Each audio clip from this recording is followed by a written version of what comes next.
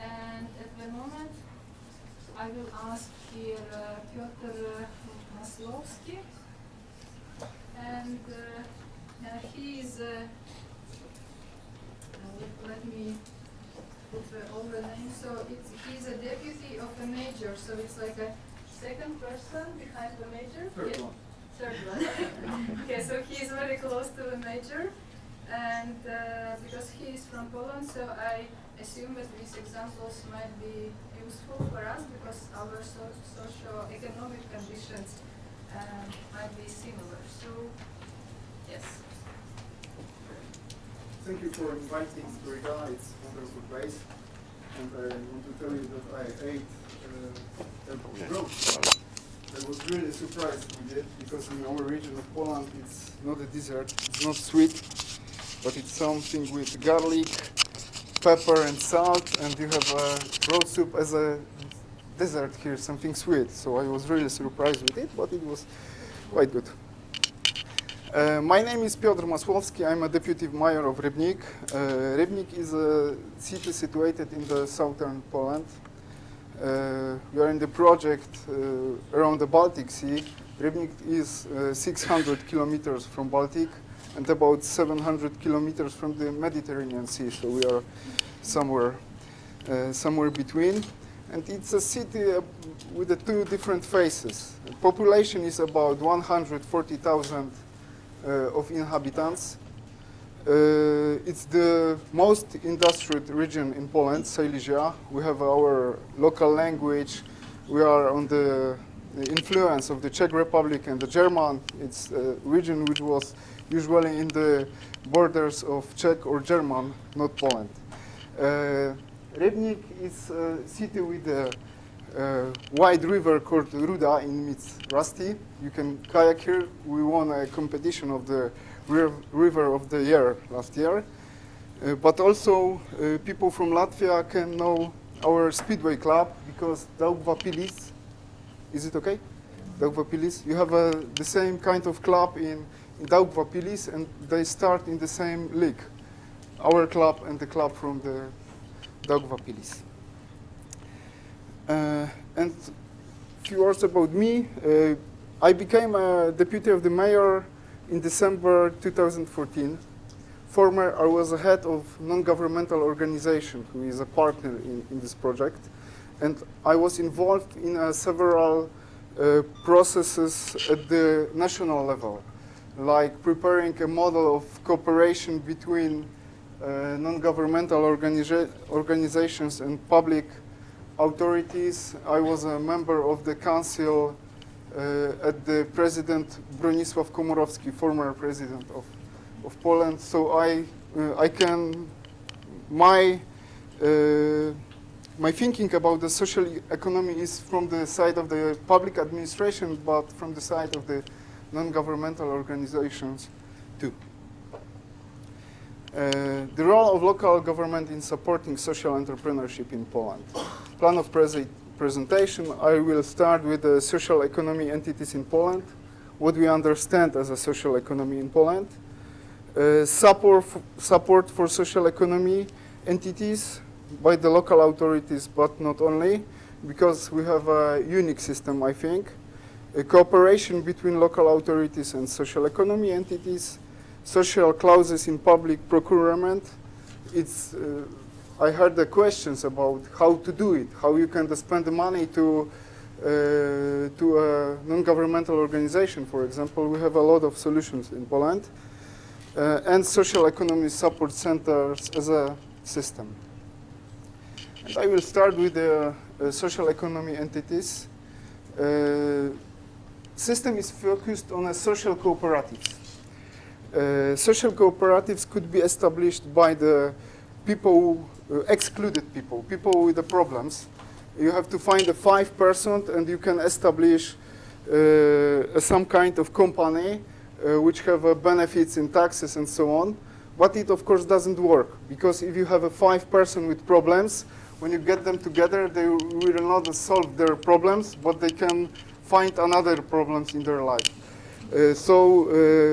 The other possibility is to establish social cooperative as a, by two institutions which are non-profit institutions. For example, municipality and association. They can together establish a social cooperative for people with the special needs. The next one is employment cooperative. It's from the former system, communistic system, one of the entities which still exist. One of the most famous Polish newspapers, Polityka, is an employment cooperative. Cooperatives of disabled and blind persons, it's a post-communistic entity too. Non-profit organizations such as foundations and associations. We have in Poland about 150,000 of associations and foundations, and they have three possibilities. They can sell their services as a normal company. They can sell their services without benefits. So in the moment they don't have to legalize as a company. I mean that they can sell service, and when there is no profit, they can do it without the special taxes as a companies. And the last possibility is to not to sell a service, but to live from the grants and private donations. Limited liability companies, non-profit limited liability companies, which are treated as one of the social economy entities. Professional activity establishments. It's for people with disabilities. To establish this kind of entity, you have to have 70 persons of workers have to be with a disability. Social inclusion centers and social inclusion clubs, it's for unemployed people, and occupational therapy workshops. It's some kind of workshops for the people with mental disabilities. They produce a lot of products during a therapy, but they cannot sell it. So in my opinion, it's not quite a social economy entity, but this list is from the one of the public documents. If you want to receive support from the European funds as a social economy entity in Poland, you have to be at this list. But on the other hand, we have from 15 years a law about the cooperation between non-governmental organizations and public administration, and the list of the entities is not the same. So it's quite complicated, and if you ask somebody in Poland what is a social economy entity, nobody knows. It's, yes, because we are focused on the non-governmental organization, maybe because we are, in the 80s, British and American consultants, when they start to cooperate with Poland as a new democratic country, they were focused on the non-governmental organizations. Social economy was something new for us when we became a member of the European Union in 2004. And it was quite, well, it's possible to do it in another way, to sell something and to have money to develop our activities. Support for social economy entities by the local authorities. Grants, subsidies from the labor fund and donations. It's possible for, because local authorities are responsible for the labor market, and the labor office is a part of the local administration. We have at the local level money to develop a market. And it's possible to get the money as if you want to establish a company, just a normal company for profit. But when you want to do it as a social cooperative, then you have a priority. Then the money will go for you. It's subsidies for startups in this kind of way. And loan guarantee for the implementation of tasks. It's possible too. So the municipality can guarantee or can give a loan to to a social economy entity. But on the other hand, we have special rules to give money to non-governmental organization to do something for local, for inhabitants of the city, for the citizens. And if you are a social economy entity, you have a lot of possibilities. You can receive money to do something for the people in the city, in the way for non-governmental organizations. You can start in calls for tenders just as a company, and you can receive money for like a startups or special loans as a social economy entity. And there is a lot of non-financial support instruments, like advisory services offered by social economy support centers, and trainings, advisory, consultations, and so on.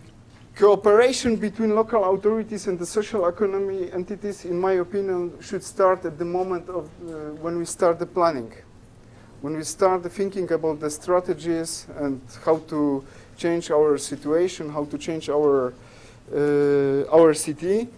And in our public documents, we have a lot of advisory assemblies, like example, Council for Persons with Disabilities, Council for Public Benefit is a council where meet public administration and non-governmental organization, Commission for Solving Alcohol Problems, etc. And it's these are the places when we can meet together and discuss how to solve some kind of problems and how we can engage social economy entities to solving these problems. The next thing is identification of local needs. On the one hand, when somebody decides to establish non-governmental organization or social cooperatives, then he show us that there is a problem which is unsolved problem. That public administration doesn't solve a problem because people decided to create something to solve a problem of disability or unemployment or polluted air or something like that. On the other hand, we have a lot of statistics.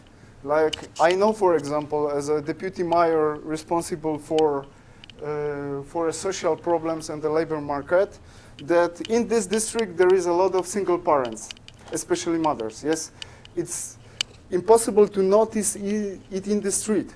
Non-governmental organizations or just citizens have no idea that this part of the city is a part with this kind of problem, that there is a lot of single parents. But I can tell to the social cooperatives, try to do something.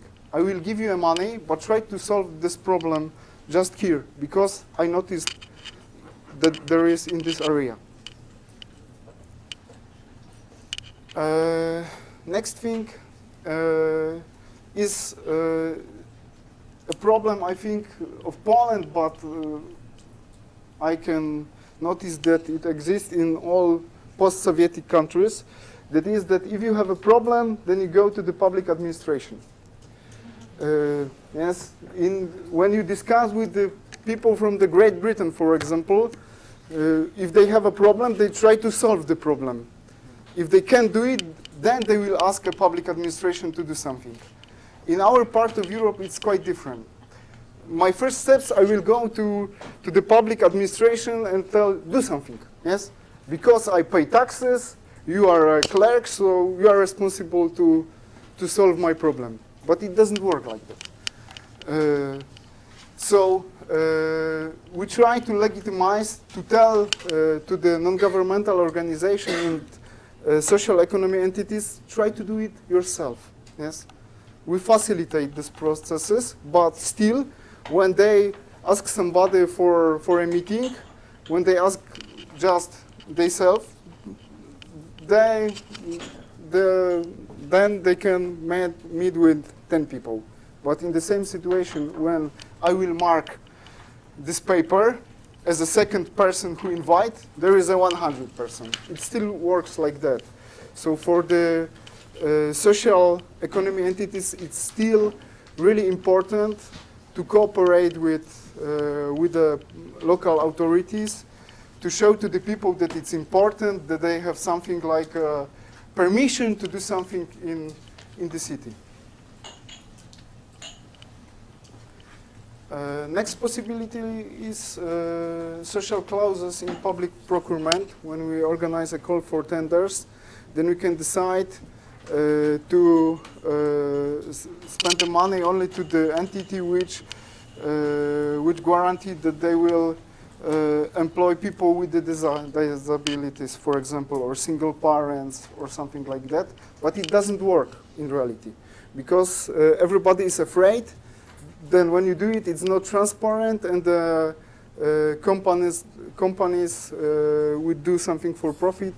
They are going to newspapers, ask them why they do it in this way. They have to have something extra. They decided to spend the money in this way. So it's still not quite clear. And the last thing is social economy support centers. All over the Poland, there is a system of supporting social economy entities. Poland is covered by the 50 this kind of centers. And from the center, you can receive how to establish information, how to establish a company, a social cooperative, for example. You can receive a consultant, a lot of advisory, like, for example, marketing advisory or bookkeeping. But you can receive a seed money too. And at the moment, you can receive 30,000 euro to establish this kind of company. And during 1 year, they will pay for you social taxes for people you decide to employ in this kind of entity. And in the agenda of 2007-2013, we spent as a Poland 155 million euros for this system. But in my opinion, the results are not good because the social entities are not popping up like mushrooms after the rain. We spent a lot of money, but there is still a problem with the numbers of the social cooperatives, and it's still difficult to convince people to establish something like that. To become a social economy support center, you have to win a call for tenders, and you have to have accreditation from the governmental system of accreditations. So you have to meet these two things to become. And CRIS, Social Initiative Development Center, the organization which is one of the project partners, is a social economy support center for the region of Rybnik and surrounding areas. But we have a new government, as maybe you know, from the last October, and they decided to cancel this accreditation, and they will do it once again because everything what was done earlier, they think that was bad. It works, unfortunately, like that. Thank you.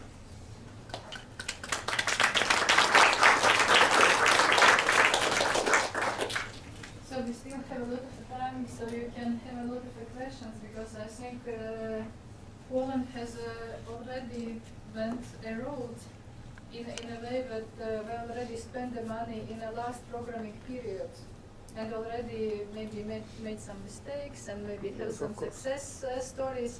So this is the right person probably to ask what should be done and what shouldn't be done, specifically probably from municipality side. And because we have these financial and non-financial support possibilities. So, you from Lithuania, so you already, as I understand, have a law of social entrepreneurship and the system of the support, let's say. No. We have a law about non-governmental organization. But act of social entrepreneurs was not established by the parliament. It's prepared by the Ministry of Social Policy, but it wasn't established by the parliament. So at the moment we have a special act about cooperation between administration and non-governmental organization. I mean association and foundations and entities connected with the church.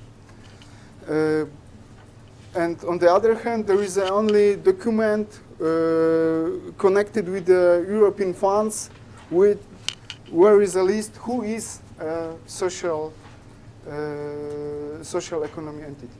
So then you feel like you are taxes support for like lower taxes, so it's like common for non-governmental organizations, but not especially for social enterprises. Generally, yes. It's complicated, but. More questions? What about you have spending a lot of money to support social startup companies? But do any solutions about how you told me it didn't work like planned because you didn't get a lot of new companies? But have you been looking at why this is that? Yeah. Why doesn't it work? Yes, of course. In my opinion, the problem is because we decided to establish new entities, not to develop non-governmental organizations. Yes, and if you establish, only 20% of social cooperatives run after 1 hour. 80% are bankrupt after a year. So it's in my opinion mistake. We should decide to develop a system of supporting associations and foundations to engage people with the problems and to offer them a job, not to establish new entities. And at the moment, it's some kind of region, for example, Silesian region, decided to change possibilities because the decision is at the regional level, but another didn't decide to change it. That might be a good idea because an already existing association might have a critical mass about administration and Yes, yeah. business development knowledge and things. They have roots, yes. So you can you can get more for your money, more value for your money by doing that. Exactly. More questions? What system are you applying for monitoring of the success, for example, of the social responsibility? Monitoring of there is a lot of monitoring. There is too much of monitoring because we are a post-communistic country, so we try to check everything and tell you that you stole some kind of money. But you know, in the documents everything is okay, but it still doesn't work.